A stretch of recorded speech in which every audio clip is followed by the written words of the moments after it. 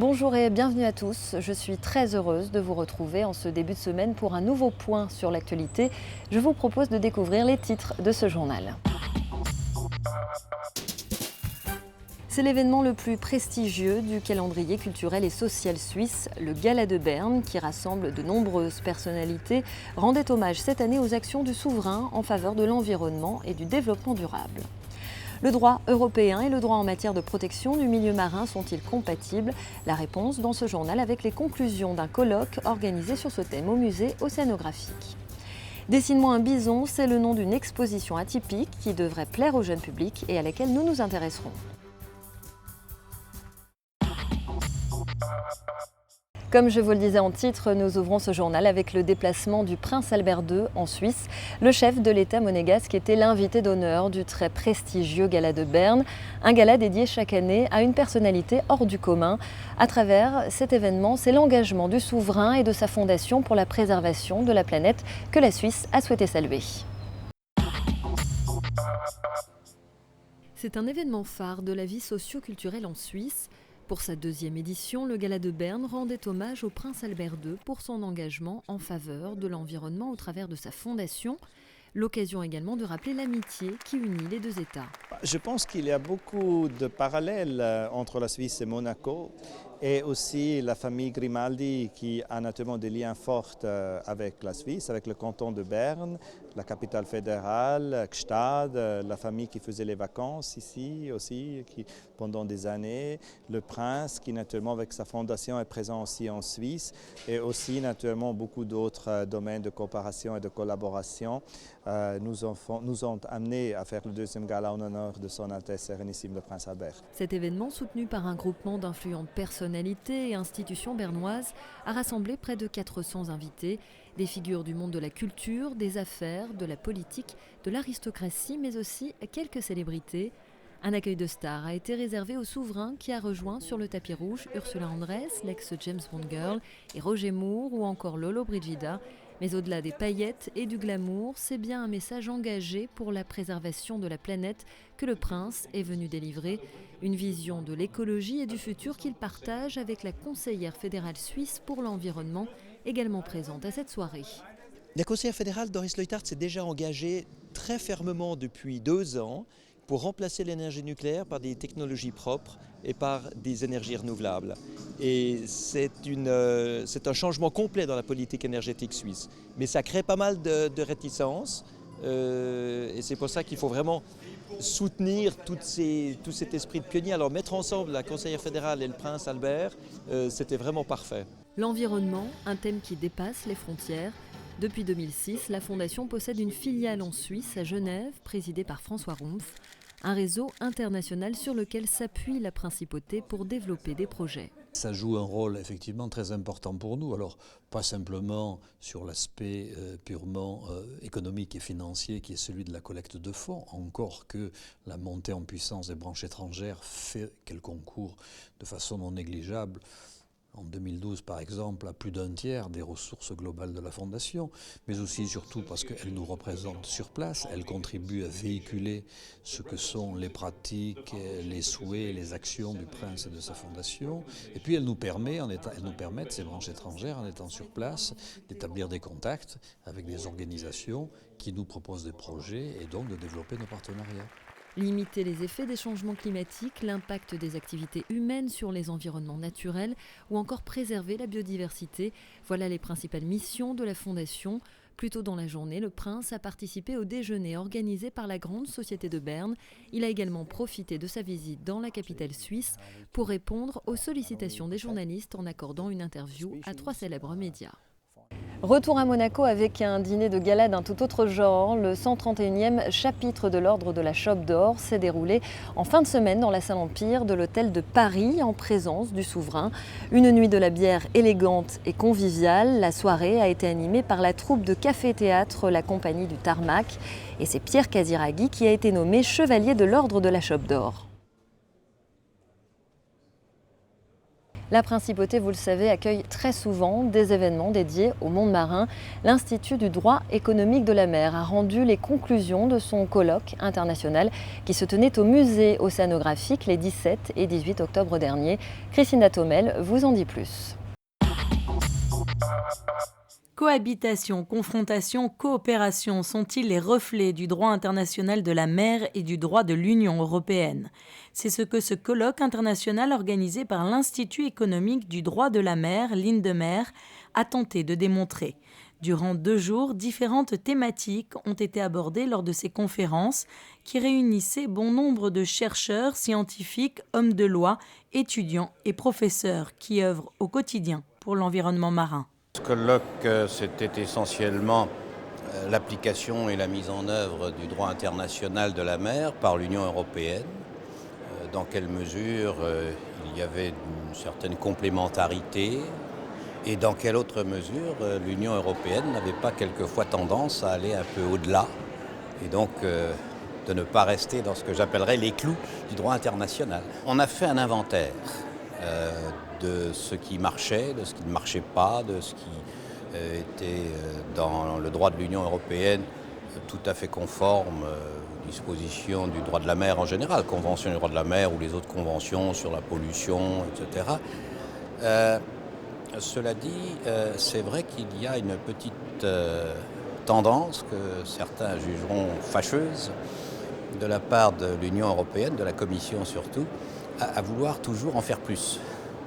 Et par conséquent, à aller, comme on dit, marcher un peu plus vite que la musique, quelquefois. Bon, voilà peut-être une des conclusions qu'on peut tirer.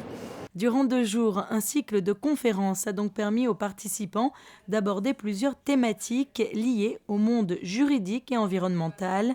Mais organiser ce genre de colloque international est-il susceptible d'entraîner des répercussions ? Oui, parce qu'il y avait une participation à la fois, si vous voulez, de gens, de fonctionnaires de la Commission, des communautés européennes qui étaient là. Il y avait même un membre du cabinet d'un des commissaires. Je pense que, bon, je ne dis pas qu'on les a convaincus ou qu'ils vont en tirer nécessairement des conséquences immédiates, mais je dirais c'est le genre de rencontre qui, pour ces praticiens, c'est quand même quelque chose d'important parce qu'ils peuvent y trouver quelques idées et puis le jour où ils sont chargés de mettre en œuvre un projet de règlement, par exemple, de directive, se dire « Ah, attention, peut-être que l'on va trop loin ». La clôture des travaux de ce colloque s'est déroulée en présence du prince souverain. Sachez que nous retrouverons le professeur Jean-Pierre Quedenec au mois de mars prochain en Principauté lors d'un voyage d'études organisé par l'Académie marine de Paris pour étudier les différents aspects maritimes de la Côte d'Azur. Une idée de sortie à présent pour les familles à l'approche des vacances de la Toussaint. Le musée d'anthropologie préhistorique propose depuis la fin du mois de septembre une toute nouvelle exposition intitulée « Dessine-moi un bison », un véritable voyage dans le temps sur la trace des premiers artistes. Patricia Navarro vous en propose un avant-goût. Après avoir entièrement fait peau neuve au cours des dernières années, le musée d'anthropologie préhistorique de Monaco multiplie désormais les expositions événementielles.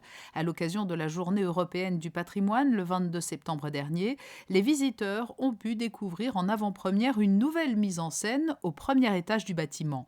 Baptisée « Dessine-moi un bison », clin d'œil au Petit Prince de Saint-Exupéry, l'exposition brosse le portrait des plus anciens artistes. On connaît pas du tout les buts des hommes de ces périodes qui vont entre moins 40 000 et moins 15 000 ans et qui ont peint par exemple ces choses merveilleuses, ces animaux en art figuratif sur les murs et les parois des grottes de Lascaux, de Chauvet, de Cosquer. Donc il y a en même temps une découverte mais une interrogation, on peut se poser pas mal de questions. Statuettes, outils, parures, céramiques sont autant de témoignages sortis des collections du musée pour mieux guider et éclairer les visiteurs. Des visiteurs que l'art d'avant l'écriture ne manquera certainement pas d'inspirer. On a quasiment terminé l'inventaire des collections où on peut estimer un peu plus de 50 000 pièces conservés, qui proviennent des fouilles initiées par le prince Albert Ier aux grottes de Grimaldi, mais aussi des fouilles de Louis Barral dans les sites néolithiques qui entourent la principauté, des pièces qui viennent de la très riche collection de la grotte de l'Observatoire Jardin Exotique. Donc tout ça, ça va permettre de faire des expositions thématiques sur le paléolithique, sur la faune du paléolithique, sur la paléoclimatologie, sur l'installation des premiers cultivateurs éleveurs du néolithique. Donc je disais tout à l'heure à mes collaborateurs, on a des années et des années d'expositions prêtes dans les réserves. Et pour ceux que l'histoire et la géographie passionnent, le musée d'anthropologie préhistorique de Monaco offre toujours, parallèlement à l'exposition Dessine-moi un bison, une invitation à découvrir la Mongolie. Stèle et yourtes vous attendent sur l'immense terrasse qui domine la principauté. Et l'exposition Dessine-moi un bison est visible jusqu'au 28 février au musée d'anthropologie préhistorique. On reste dans le domaine de l'art avec la Maison de l'Amérique latine qui met à l'honneur le travail d'Alejandro Rodríguez Sardiñas. Des paysages très expressifs qui nous font découvrir une facette plus engagée de l'artiste. Il a souhaité à travers cette exposition dénoncer les atteintes qui sont perpétrées à l'encontre de la nature et de la forêt. Les toiles d'Alejandro Rodríguez Sardiñas sont à découvrir jusqu'au 9 novembre à la Maison de l'Amérique latine. Y aura-t-il autant de couleurs dans le ciel monégasque que sur ces magnifiques tableaux? Bleu ou gris, quelle teinte pour les jours à venir? Voici vos prévisions météo. La journée de mardi débutera avec de belles éclaircies, mais les nuages s'épaissiront progressivement dans l'après-midi, avec même quelques gouttes de pluie attendues avant la nuit. Mercredi, le temps sera plutôt maussade avec peu de soleil et des passages orageux. Jeudi, ça s'améliore, la pluie disparaît et le temps devient plus lumineux. Cette alternance entre soleil et nuages se prolongera vendredi et samedi. Les températures, elles, restent douces pour la saison, comprises entre 16 et 21 degrés. C'est la fin de cette édition. Merci de votre fidélité. À suivre l'actualité sportive du week-end décryptée par Émilie Rousseau. Dans les autres résultats sportifs du week-end, une nouvelle victoire pour l'AS Monaco tennis de table contre Miramas, 8-3. Miramas, l'un des prétendants à la montée en National 2. L'AS Monaco est désormais seul en tête de sa poule. En basket, les Monégasques sont allés s'imposer à Blois, 84-75. Grâce à cette victoire, les hommes de Savo Vucevic gagnent 5 places et sont 9e au classement. Succès également du côté du handball en National 2. Les Rouges et Blancs ont battu Istres à domicile 36-26. Ils pointent à la 3e place. A noter que Jordan Perronneau reste le meilleur buteur de cette poule avec 37 réalisations en 4 matchs.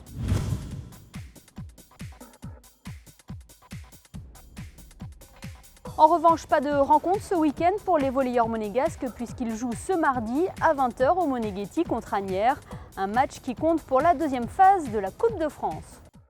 Vous avez pu suivre cet événement majeur sur notre chaîne au quotidien. Le Sportel a fermé ses portes jeudi dernier. Frédéric Elion revient sur les moments forts de cette 24e édition. 4 jours placés sous le signe du sport, de la télévision et des nouvelles technologies. La 24e édition de Sportel aura été une vraie réussite. 2551 participants, 65 pays, 997 sociétés. De grandes associations comme la NBA, la Bundesliga ou la MLB et une multitude de grands sportifs au palmarès impressionnant, voilà le cocktail de Sportel en principauté. La journée de lundi aura été marquée par la présentation en avant-première du championnat de Formule 1 électrique. Coup d'envoi le 20 septembre 2014 avec une épreuve à Pékin. Une saison avec 10 dates dont un Grand Prix à Monaco le 9 mai 2015. Les courses se dérouleront le samedi, la veille des Grands Prix de F1. Lundi, toujours un grand nom du basket mondial était au Sportel, Gary Payton, 8e meilleur passeur de tous les temps en NBA. Surnommé The Glove, le double champion olympique était une des têtes d'affiche du salon avec Teddy Riner. Le judoka français aux 6 titres mondiaux a multiplié les interviews et participé à une petite démonstration en compagnie de Loïc Pietri, champion du monde, en moins de 80 kilos il y a quelques mois. Autre temps fort, mardi soir, la cérémonie des podiums d'or Georges Bertellotti. Les plus belles images de sport de l'année ont été primées. 7 prix au total avec notamment le meilleur ralenti sportif de l'année attribué à Alexandre Perrin pour ses images de Marion Bartoli à Wimbledon. Le basket était à l'honneur avec 3 prix, dont le Grand Prix du Comité international olympique décerné à Fabrice Godet-Laloy et Clément Cotentin pour cette séquence tirée du documentaire Intérieur Sport intitulé La Délivrance. Et la journée de mercredi était dédiée au football avec les Golden Foot. Cette année, Carlos Valderrama et Jean-Pierre Papin se sont baladés sur la promenade des champions et ont laissé une trace en principauté. Les empreintes de leurs pieds seront moulées aux côtés de celles de Zidane, Pelé ou Zlatan Ibrahimovic. Sportel fêtera son 25e anniversaire l'année prochaine avec de nombreuses surprises à la clé. Et retrouvez à la fin de ce journal en intégralité toutes les séquences primées lors de ces podiums d'or. Georges Berthellotti.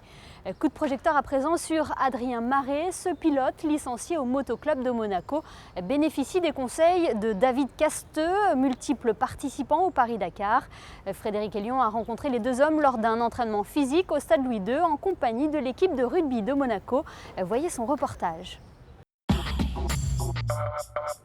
2 motards au milieu de rugbyman, David Casteux et ses 9 participations au Paris-Dakar et Adrien Maré, licencié au Motoclub de Monaco, ont participé à un entraînement physique de l'AS Monaco Rugby à la mi-septembre au Louis II. Au programme, un échauffement afin d'apprendre à gérer son corps à froid et du fractionné pour travailler l'explosivité. Si le pilotage fait souvent la différence en moto, le physique est primordial surtout en rallye raid où les courses sont longues et éprouvantes. David Casteux occupe aujourd'hui le rôle de coach et de conseiller afin d'aider Adrien Maré dans sa carrière amateur. Les 2 motards se connaissent depuis des années. Adrien, depuis l'âge de 13 ans, il venait déjà dans mon magasin à farfouiller dans mes motos et puis je l'ai amené, puis j'ai toujours su qu'il a vraiment un don. Après bon, il est parti dans son métier et c'est vrai qu'il ne s'est pas lancé à fond dans la compétition et aujourd'hui avec une stabilité, avec un âge, il se connaît bien aussi, je pense qu'il a une très très bonne technique. Je pense que ça va être un futur bon et là, se lancer comme ça sur une Baja au Maroc, c'est une super expérience pour lui. Donc je vais l'aider au maximum pour essayer de vivre son rêve comme je l'ai fait moi. Préparation de la moto, gestion du calendrier de la saison, l'apport de David Casteux est essentiel pour Adrien Maré. Le pilote licencié au Motoclub de Monaco a débuté la moto alors qu'il marchait à peine. J'ai commencé la moto à l'âge de 4 ans. Tout simplement, mon père m'a emmené sur un circuit donc, à Menton, exactement à Monty, où j'ai découvert le Piwi. Et puis de là, j'ai commencé à faire quelques compétitions assez jeune, jusqu'au jour où j'ai eu la possibilité en fait, de m'entraîner dans le Var et de rencontrer David. Donc c'est vrai que j'ai rencontré David pour l'achat de ma première moto d'enduro, j'avais 13 ans. Jusqu'à là, en fait, je roulais tout seul de mon côté. Et puis c'est vrai qu'il m'a un petit peu donné le déclic pour la compétition et m'a poussé dans ce sens. Pour sa première Baja, comprenait Rallye Raid le week-end dernier au Maroc, Adrien Maré a remporté sa catégorie Open et terminé 3e moto au scratch sur sa Yamaha préparée chez le team Casteux. Avec le soutien de l'agence de la gare, il participera l'an prochain à toute la saison Baja, soit 6 épreuves. Avant de refermer ce journal des sports, retour sur cette belle performance des cadettes de l'AS Monaco Athlétisme. Elles viennent d'écrire l'une des plus belles pages de l'histoire du club en devenant championne de France du 4x1000 mètres. Félicitations donc aux prometteuses Alissa Fink, Alice Buguin, Lise Borina et Cassandre Beaugrand. Ce journal des sports est à présent terminé. Je vous donne rendez-vous très bientôt sur Monaco Info pour encore plus de résultats sportifs.